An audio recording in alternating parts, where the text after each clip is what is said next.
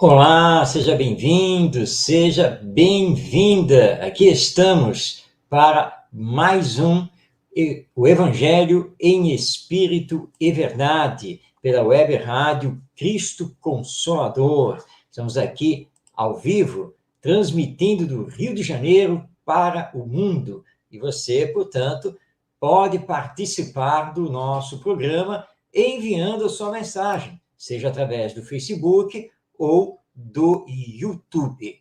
E que Jesus, nosso Mestre, nos abençoe neste programa em que trabalhamos as lições do Evangelho, os ensinos do nosso Mestre Jesus, à luz da doutrina espírita.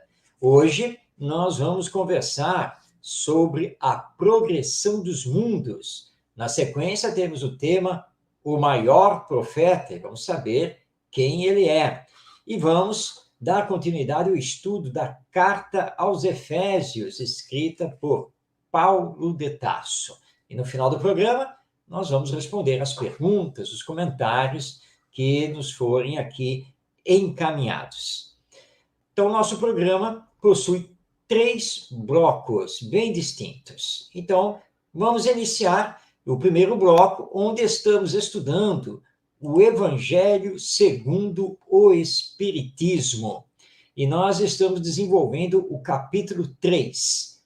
Hoje, especificamente, o item 19 desse capítulo, que trata sobre a progressão dos mundos. Como você está vendo aí na tela, é uma mensagem do Espírito Santo Agostinho, em que nós vamos, então, comentar para o nosso entendimento neste estudo progressivo que estamos realizando dessa obra que é muito importante, assinada por Allan Kardec e que faz parte da codificação espírita, do edifício doutrinário do Espiritismo. Vamos, então, passar a palavra ao nosso Santo Agostinho. Ele ditou a mensagem na cidade de Paris, no ano de 1862, e nos diz o seguinte: o progresso é uma das leis da natureza. Todos os seres da criação, animados e inanimados, estão submetidos a ela, pela bondade de Deus, que deseja que tudo se engrandeça e prospere. A própria destruição, que parece, para os homens, o fim das coisas, é apenas um meio de levá-las, pela transformação, a um estado mais perfeito, pois tudo morre para renascer e nada volta para o nada. Esse é o primeiro parágrafo da mensagem de Santo Agostinho. Relembrando, estamos aqui desenvolvendo o item 19 do capítulo 3 de O Evangelho segundo o Espiritismo. Então, estamos dizendo aqui, Santo Agostinho, que o progresso é uma das leis da natureza. Ou seja, é uma lei divina, já que tudo que está na natureza foi criado e pertence a Deus. Então, a lei de progresso, ou lei de evolução, é uma lei divina. Então, todos os seres da criação, tanto os animados quanto os inanimados, todos estão submetidos à lei de progresso. Todos. Então, neste caso aqui, especificamente, nós, os seres humanos, a humanidade como uma coletividade e o próprio planeta. Tudo está submetido à lei de progresso, porque tudo tende a se engrandecer, tudo tende a prosperar. E o Santo Agostinho está nos lembrando que quando há um cataclismo, por exemplo, um furacão, um terremoto,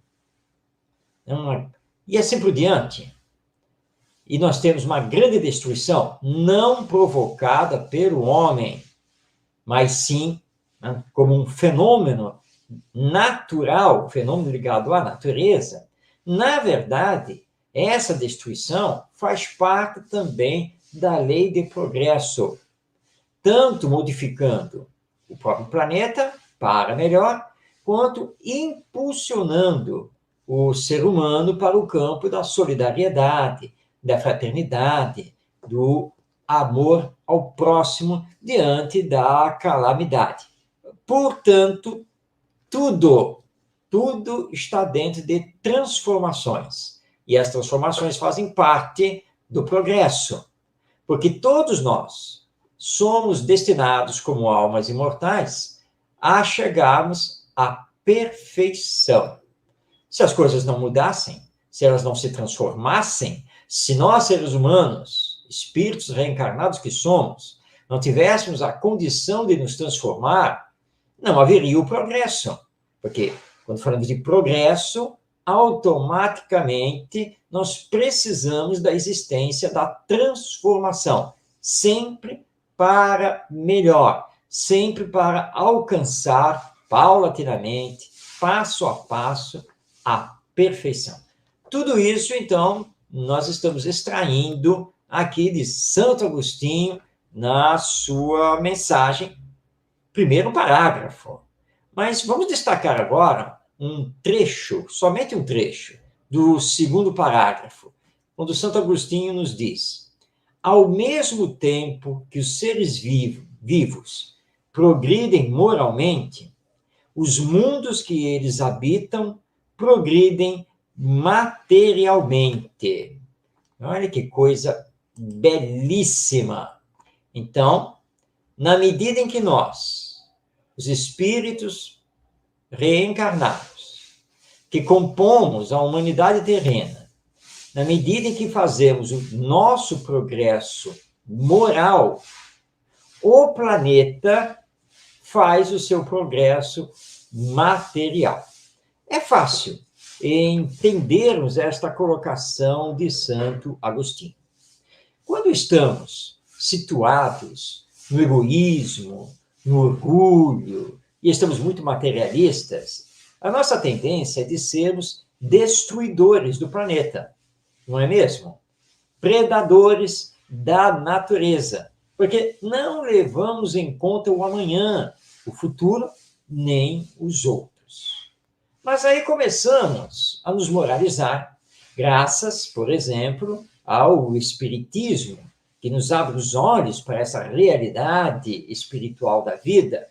E aí entendemos que precisamos pensar menos em nós e mais nos outros, no bem do coletivo ao qual nós pertencemos e olhando esse coletivo num tom maior, que é a humanidade.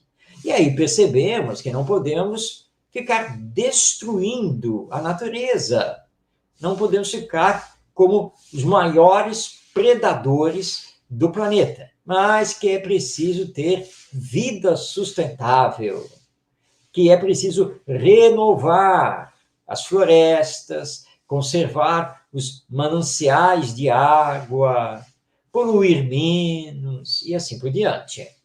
Portanto, o nosso desenvolvimento ou progresso moral leva o planeta a um progresso material, porque vamos saber utilizar melhor os seus recursos. E aí as convulsões geológicas, elas começam também a minimizar, porque o planeta está, por sua vez, também progredindo. Então, o progresso moral do ser humano, ele é aliado ao progresso material do planeta. Essa é a palavra do Espírito Santo Agostinho. Mas ele continua e vai nos trazer mais algumas colocações. Ele nos diz aqui, né, que a ideia de progresso, de tudo progredir, é grandiosa e digna da majestade do Criador.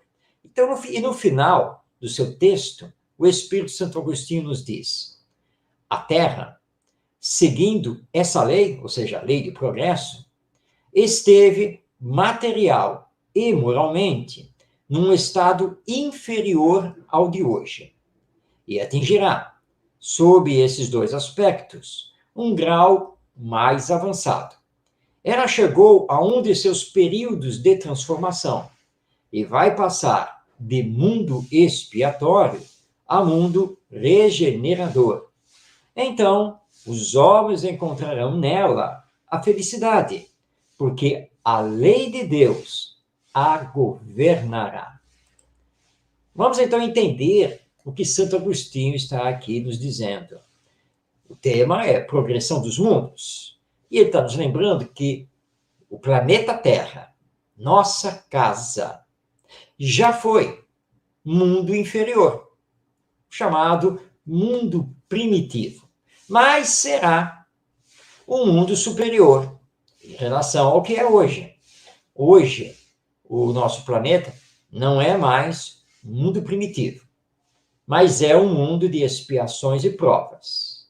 Amanhã, na sequência da lei de progresso, será mundo de regeneração. E, estando nos desígnios divinos, depois será, então, mundo feliz. Tudo isso de acordo com o progresso moral que nós, seres humanos, vamos realizando.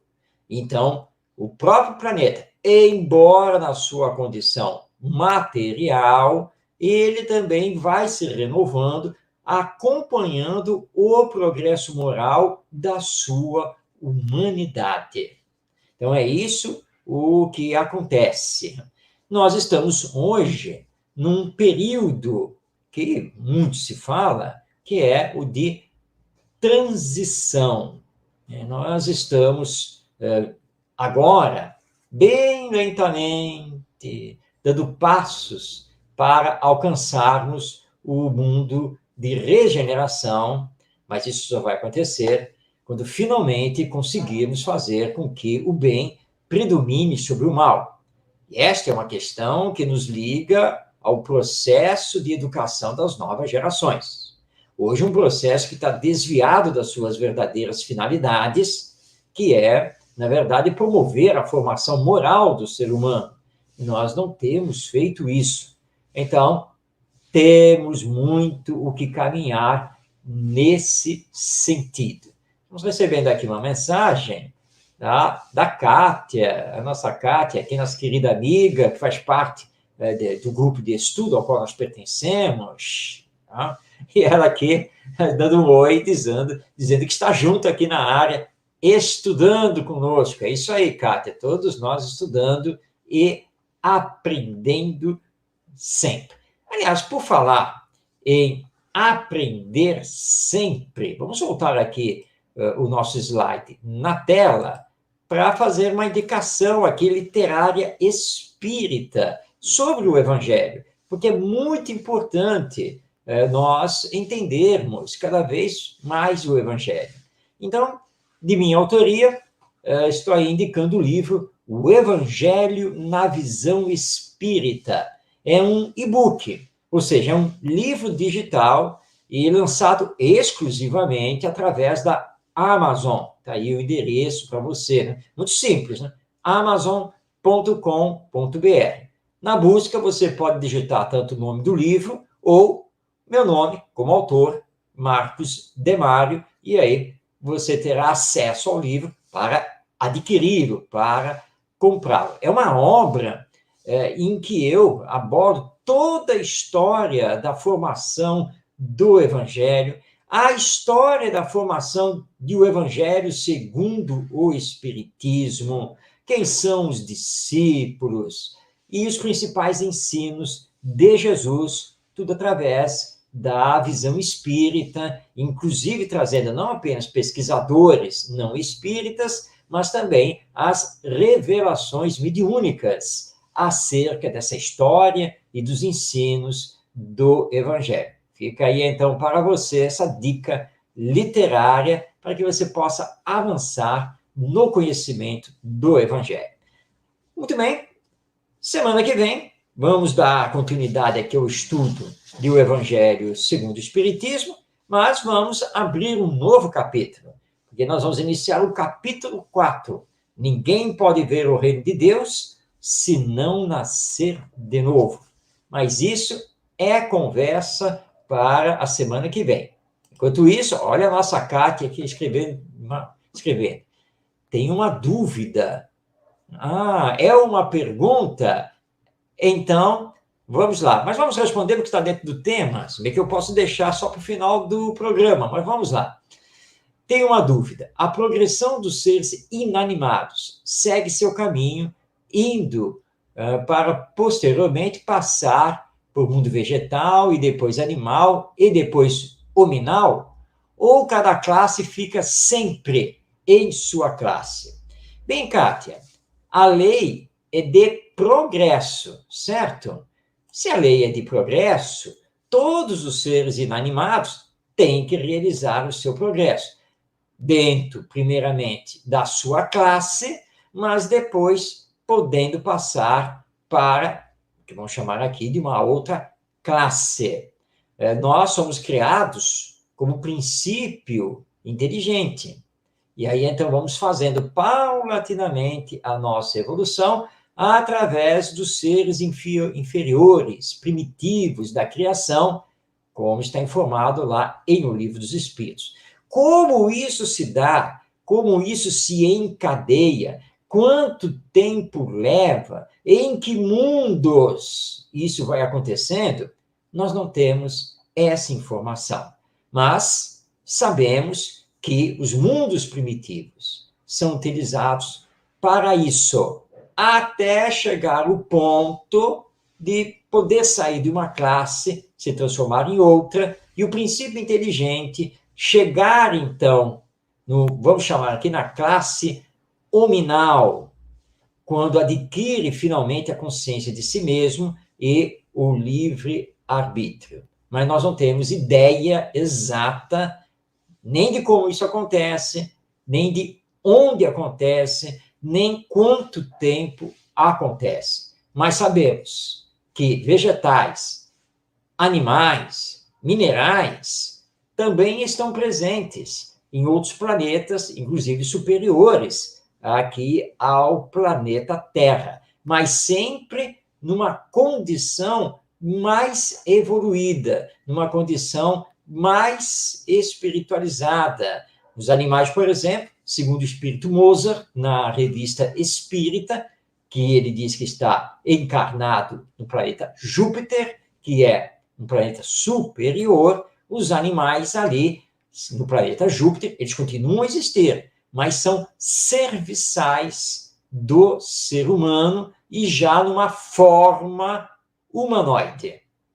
Essa é a informação que consta lá na revista Espírita. Tá bom, Kátia? É o que nós podemos passar aqui para você e para todos aqueles que estão nos acompanhando. Bem, mas agora nós vamos, então, para... Desculpe aqui, vamos voltar aqui. Nós vamos, então, passar o nosso slide, porque agora nós vamos para os ensinos de Jesus. E nós estamos acompanhando o livro Parábola e Ensinos de Jesus. Eu esqueci de trazer aqui para o slide a capa do livro, mas é uma obra de Caiba Schutel, publicação da Casa Editora O Clarim. Nessa obra, na primeira parte, Caiba Schutel estuda as parábolas de Jesus, e nós já fizemos este estudo aqui no programa, e na sequência faz o estudo dos ensinos de Jesus. E hoje, o nosso Caiba Schutel vai nos trazer aqui uma passagem que está no Evangelho segundo Mateus, no versículo 14, do versículo 11. Jesus se dirigindo aos seus discípulos, diz a eles: é este o Elias que havia de vir. Esta fala de Jesus está em relação àquela cena em que os discípulos entendem que João Batista era o profeta Elias reencarnado. Caiba Schutel, ao conversar com o leitor a respeito dessa passagem, ele vai lembrar que Jesus disse também que dos nascidos dos homens aqui na terra, o maior era João Batista.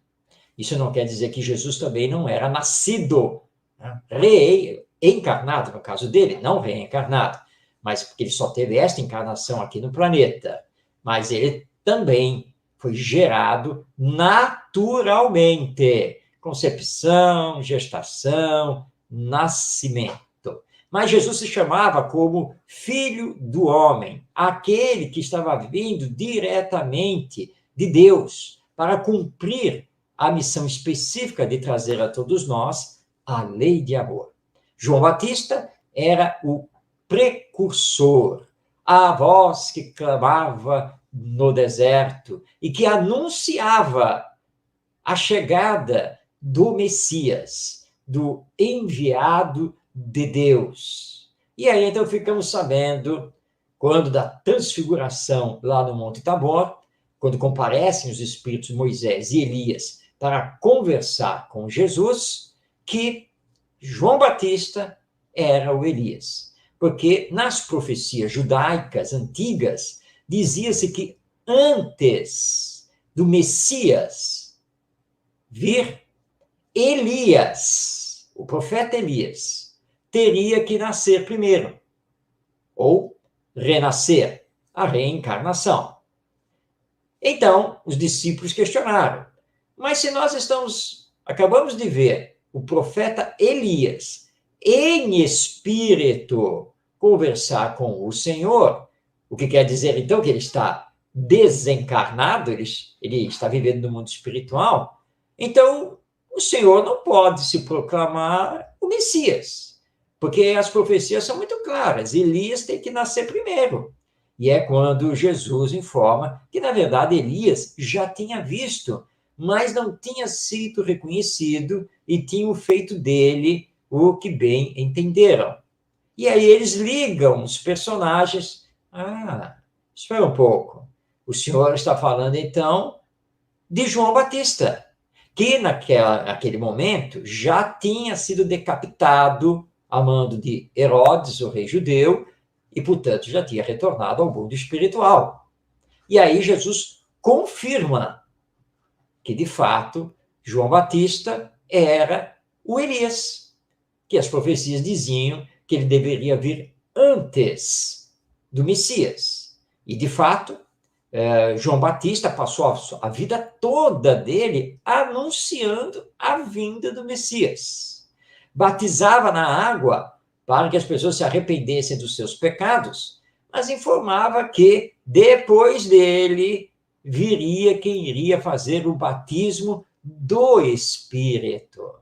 E é quando Jesus se apresenta, a famosa cena lá no Rio Jordão, onde João Batista está batizando, João olha para Jesus e diz: você vem a mim?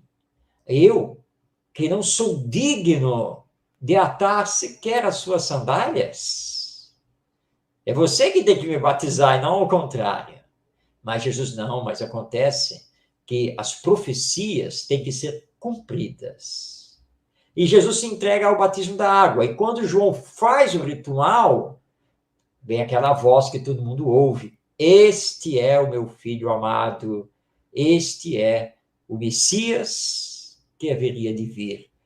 E essa voz, que é uma voz espiritual, anuncia, indica Jesus como o enviado de Deus, cumprindo, portanto, as antigas profecias judaicas. E Caiba Schutel chama, então, João Batista de o maior profeta.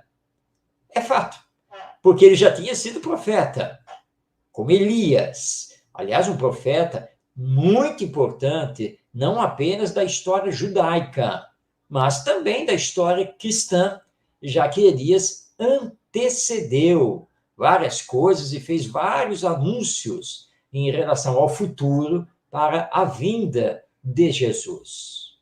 E João Batista cumpre um segundo apostolado, um segundo mandato profético. Porque, como João Batista, ele também era um profeta, também falava do que viria a acontecer e anunciando abertamente que o Messias já estava entre eles e que logo iria se apresentar.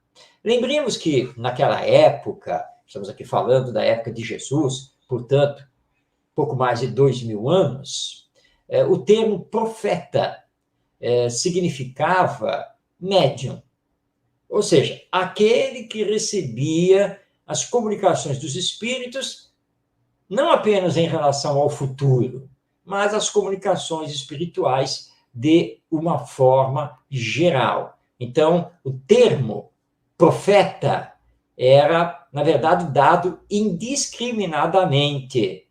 Bastava você ter o contato com os espíritos. Você seria considerado profeta, como hoje nós, mais tecnicamente, utilizamos, então, o termo médium, o intermediário entre os desencarnados e os encarnados, entre o mundo espiritual e o mundo material. E João Batista foi uma pessoa realmente extraordinária. Desde cedo ele compreendeu a sua missão, abriu mão dos bens materiais. Segundo as descrições, ele se alimentava apenas de insetos e mel, vestia uma única túnica, não tinha uma casa para morar, ele era um peregrino, levando a palavra do bem, a palavra do amor e exortando o povo para se arrepender dos seus erros, dos seus pecados e para que cada um tivesse uma vida que hoje chamaríamos de mais ética, uma vida com base na honestidade, na bondade e na caridade, no amor ao próximo. Mas ele sempre foi muito claro ao dizer que ele não era o Messias. Ele não estava cumprindo as antigas profecias como o enviado de Deus. O Messias já se encontrava entre eles, lá em Israel. Mas iria se apresentar no momento oportuno, como vai então acontecer quando eles se encontram lá no Rio Jordão. E é quando João Batista chama os seus seguidores, diz, bem, a partir de agora, vocês não têm mais que me seguir, mas vocês têm que seguir aquele. Ele é o Messias. E assim, então, os discípulos de João Batista passam a seguir Jesus. Na sequência, João Batista é preso e vai acabar sendo levado à morte. E lá no Monte Tabor, ele pôde se apresentar naturalmente para conversar com Jesus, mas não se apresentou como João Batista. Se apresentou como Elias, que de fato ele tinha sido, porque essa é uma prerrogativa do Espírito. Para ser reconhecido, ele pode se apresentar com a personalidade e a indumentária que ele achar seja mais conveniente. E esse espírito achou que seria melhor se apresentar se identificando como o profeta Elias do que se identificando como João Batista. E ele foi plenamente, então, reconhecido. Nós devemos muito, muito mesmo, a João Batista, o maior dos profetas, 2 vezes cumprindo essa missão de ser um profeta, de ser um orientador do povo judeu.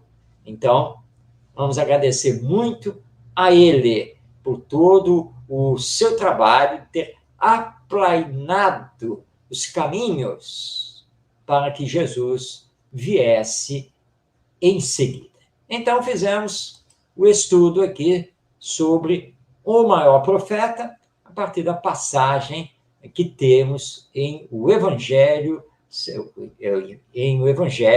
segundo Mateus.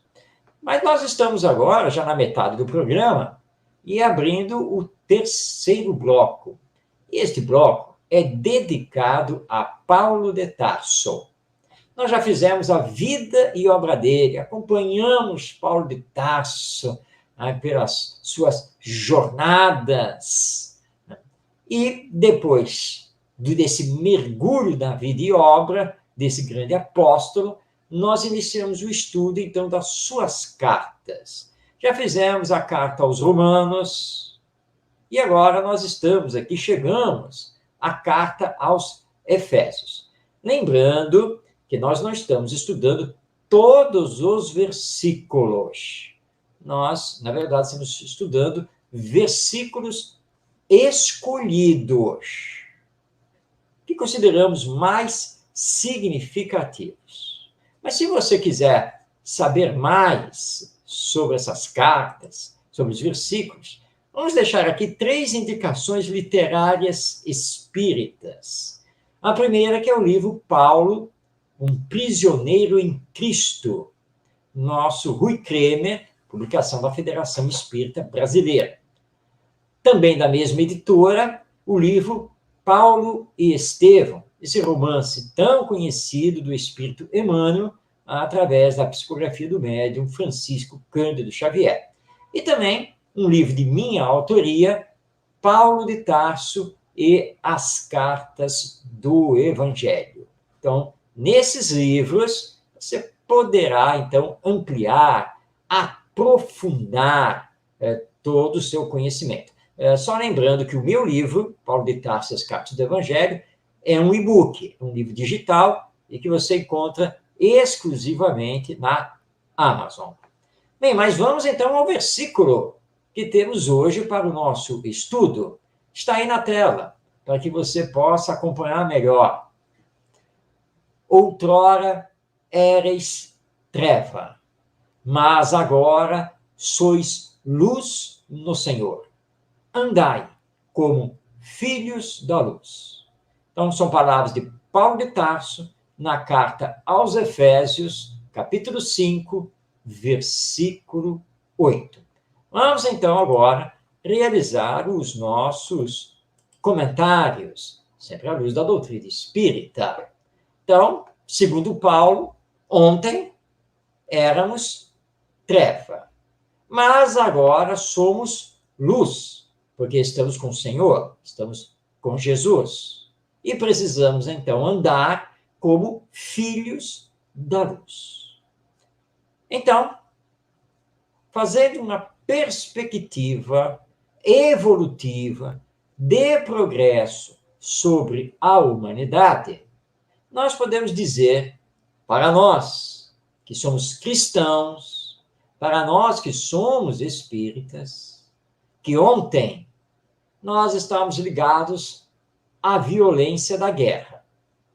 Mas hoje estamos procurando a paz. Ontem considerávamos que usurpar os direitos dos outros era normal. Hoje estamos trabalhando por uma justiça mais igualitária, ou seja, uma justiça igual para todos. Estamos no processo. Não que tenhamos conseguido já fazer totalmente essa transformação, mas, olhando a lei de progresso, nós realmente estamos melhor do que, por exemplo, estávamos lá na Idade Média. Se não vivemos uma verdadeira civilização, onde os ensinos morais de Jesus devem reger a sociedade humana, isso está lá em O Livro dos Espíritos. Numa verdadeira civilização, os ensinos morais de Jesus são plenamente vivenciados. Nós não temos isso ainda aqui na humanidade terrena. Então, somos apenas uma sociedade intelectualmente mais desenvolvida.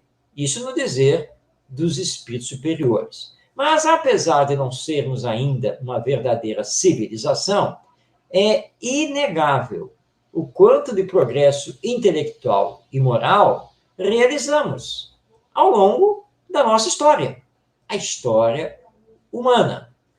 Temos muito que melhorar. Isso não temos nenhuma dúvida.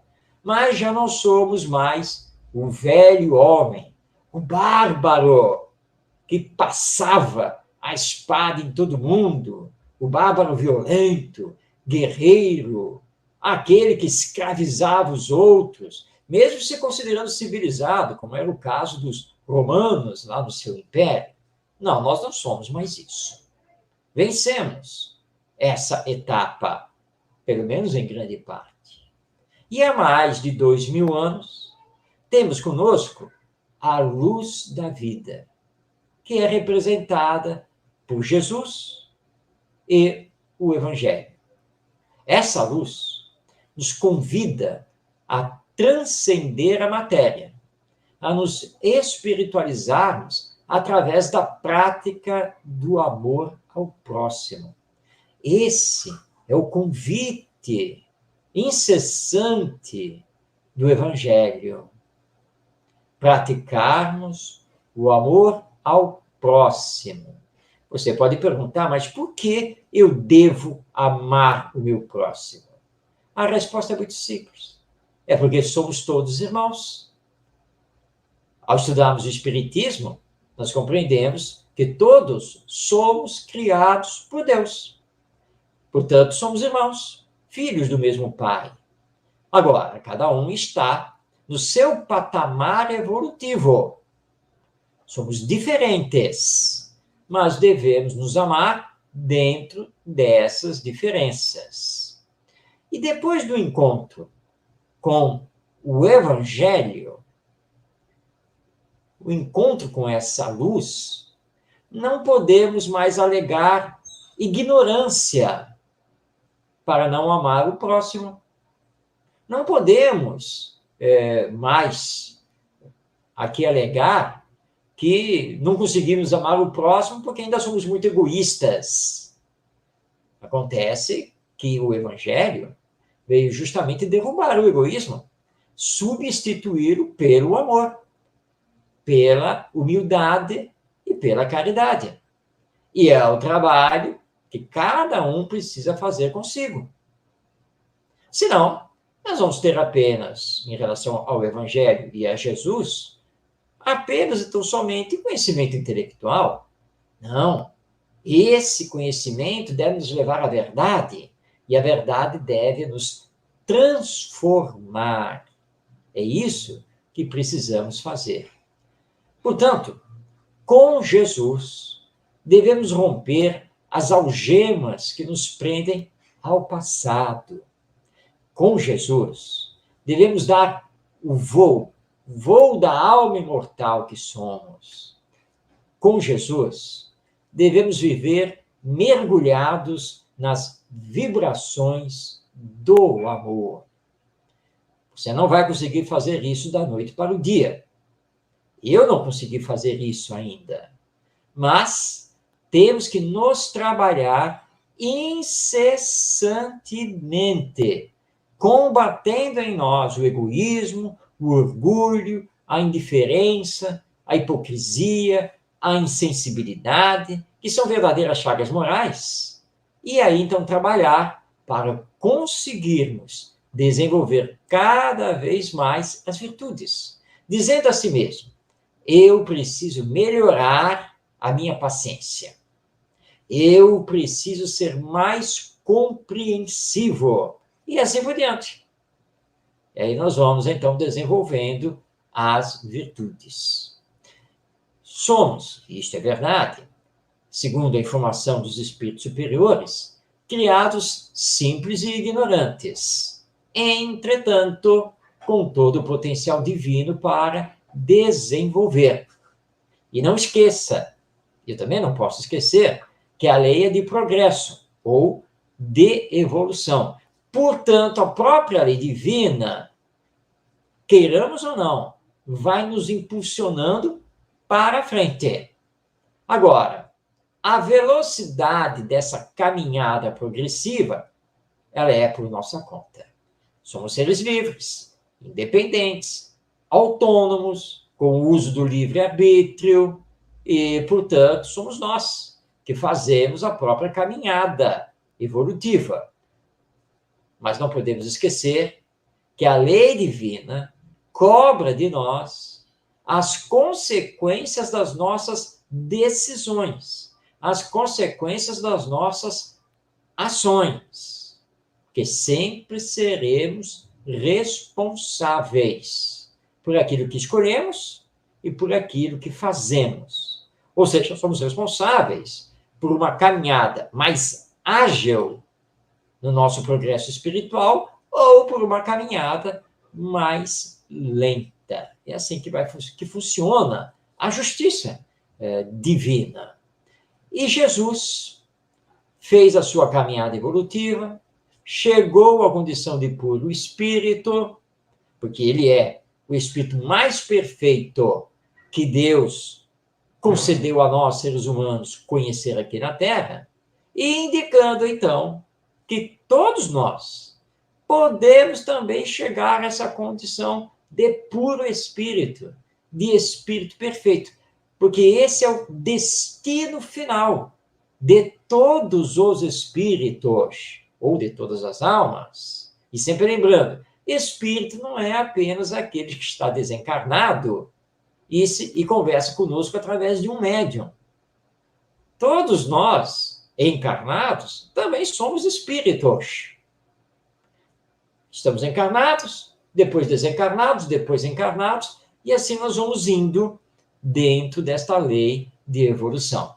Então, se hoje tivermos um encontro com o Evangelho, tivemos um encontro com Jesus, e esse encontro foi feito graças ao encontro com o Espiritismo, cabe aqui uma pergunta.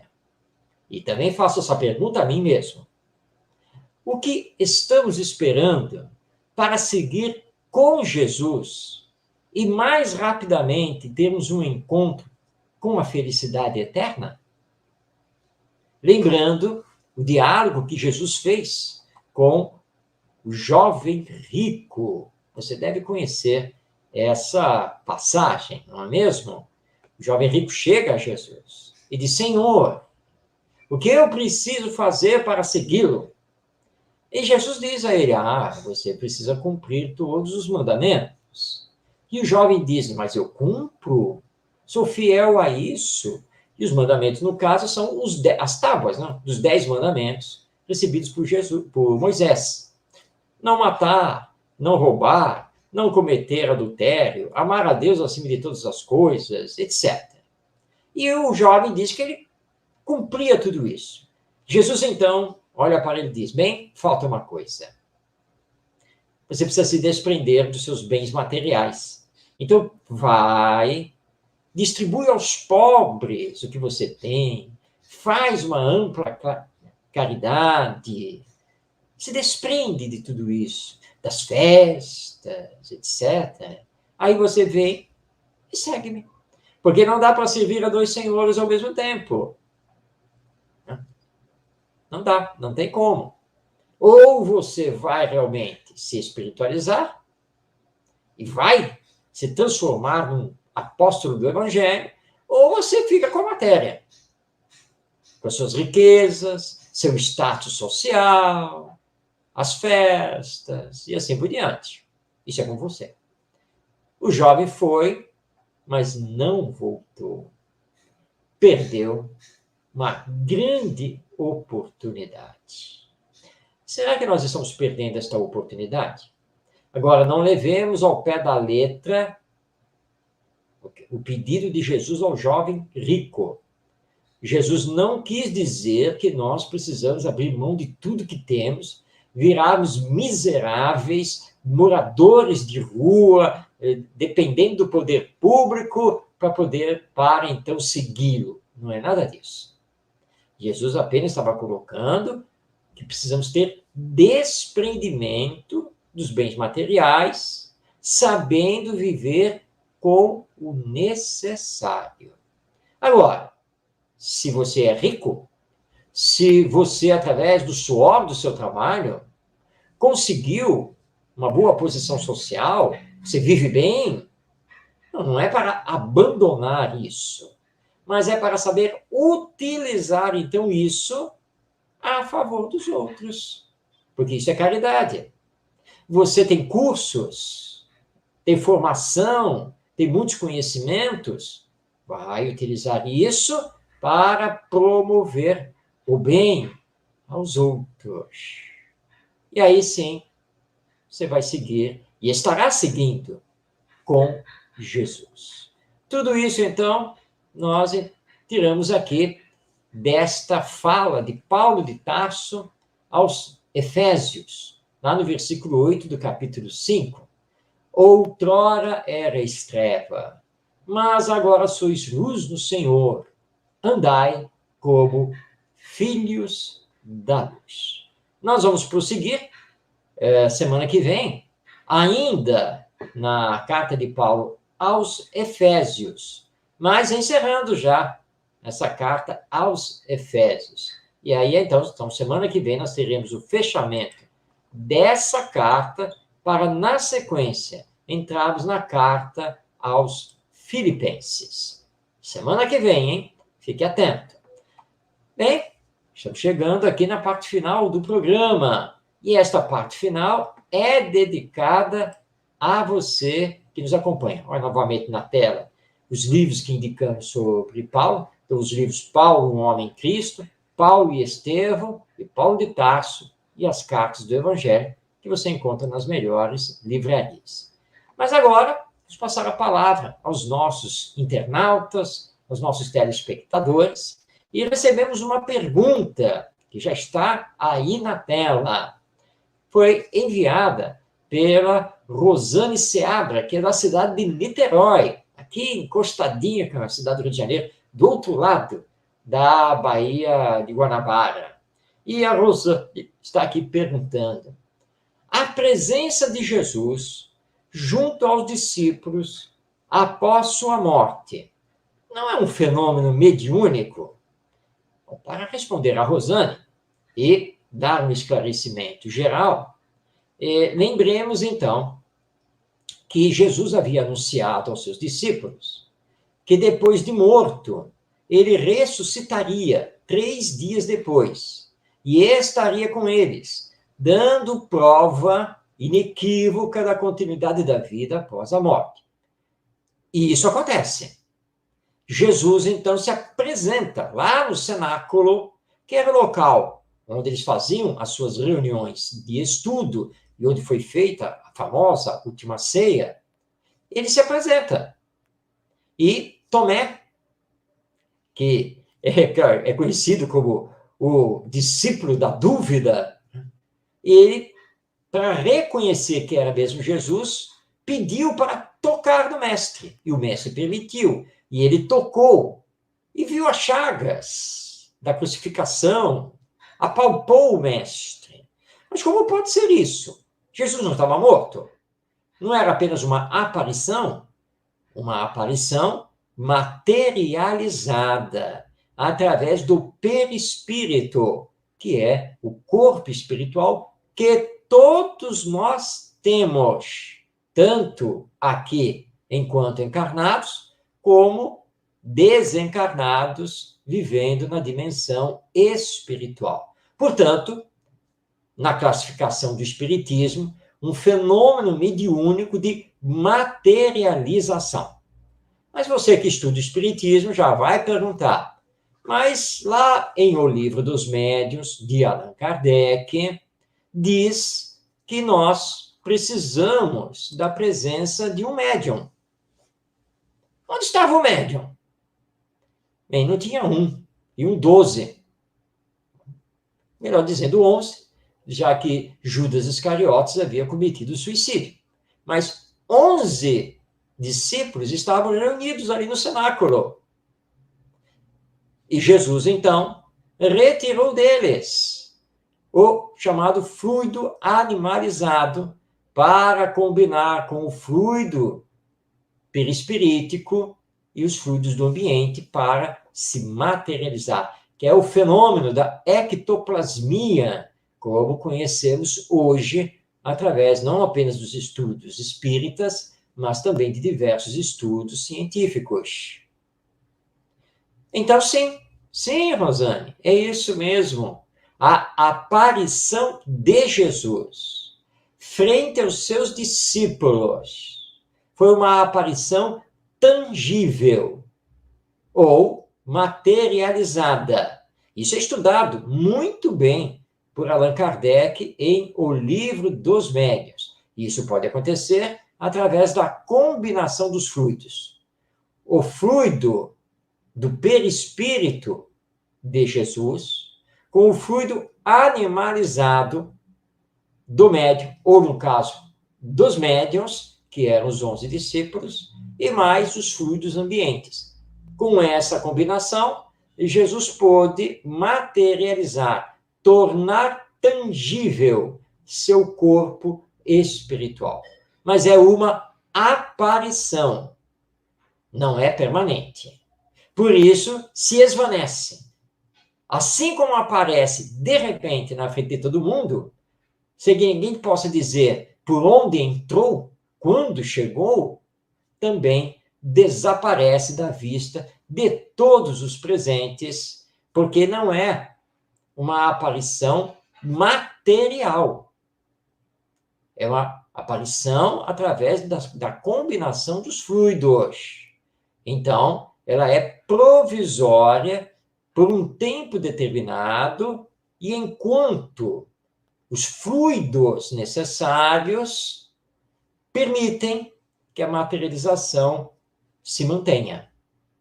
Ou, no término da comunicação, o espírito, então, simplesmente se retira, fazendo com que o seu perispírito volte à condição de invisibilidade para nós, que estamos aqui encarnados e que normalmente não vemos os espíritos. Então, nessa ressurreição, 3 dias após a crucificação, nós vamos ter, na verdade, um fenômeno mediúnico de aparição do Espírito Jesus através do seu corpo espiritual, a aparição essa que se tornou tangível, ou, como falamos, foi um efeito de materialização. Isso não espantou, não é mesmo? Os discípulos. Porque, na época, eles já conheciam a mediunidade. Eles já conheciam as manifestações dos desencarnados. Depois nós vamos ter o episódio do Pentecostes, em que todos eles falaram em línguas estranhas, que é outro fenômeno mediúnico, o fenômeno da xenoglossia, em que o médium fala numa língua que ele desconhece. É o espírito que está no comando, é o espírito comunicante. Mas esse já é outro episódio. Então, acredito que tenha ficado esclarecido aqui esse episódio da ressurreição de Jesus se apresentando aos seus discípulos, e foi, de fato, um grande fenômeno mediúnico de efeitos físicos, de aparição e tangibilidade do perispírito. Bem, estamos chegando ao final. Nosso programa está terminando. E queremos agradecer a você que nos acompanhou, a você que ainda vai nos assistir, porque o vídeo vai ficar disponível no canal do YouTube da Web Rádio Cristo Consolador. E deixando aqui o convite para que você esteja aqui conosco toda quinta-feira, às 5 da tarde. E desejando muita paz em seu coração. Até o nosso próximo encontro.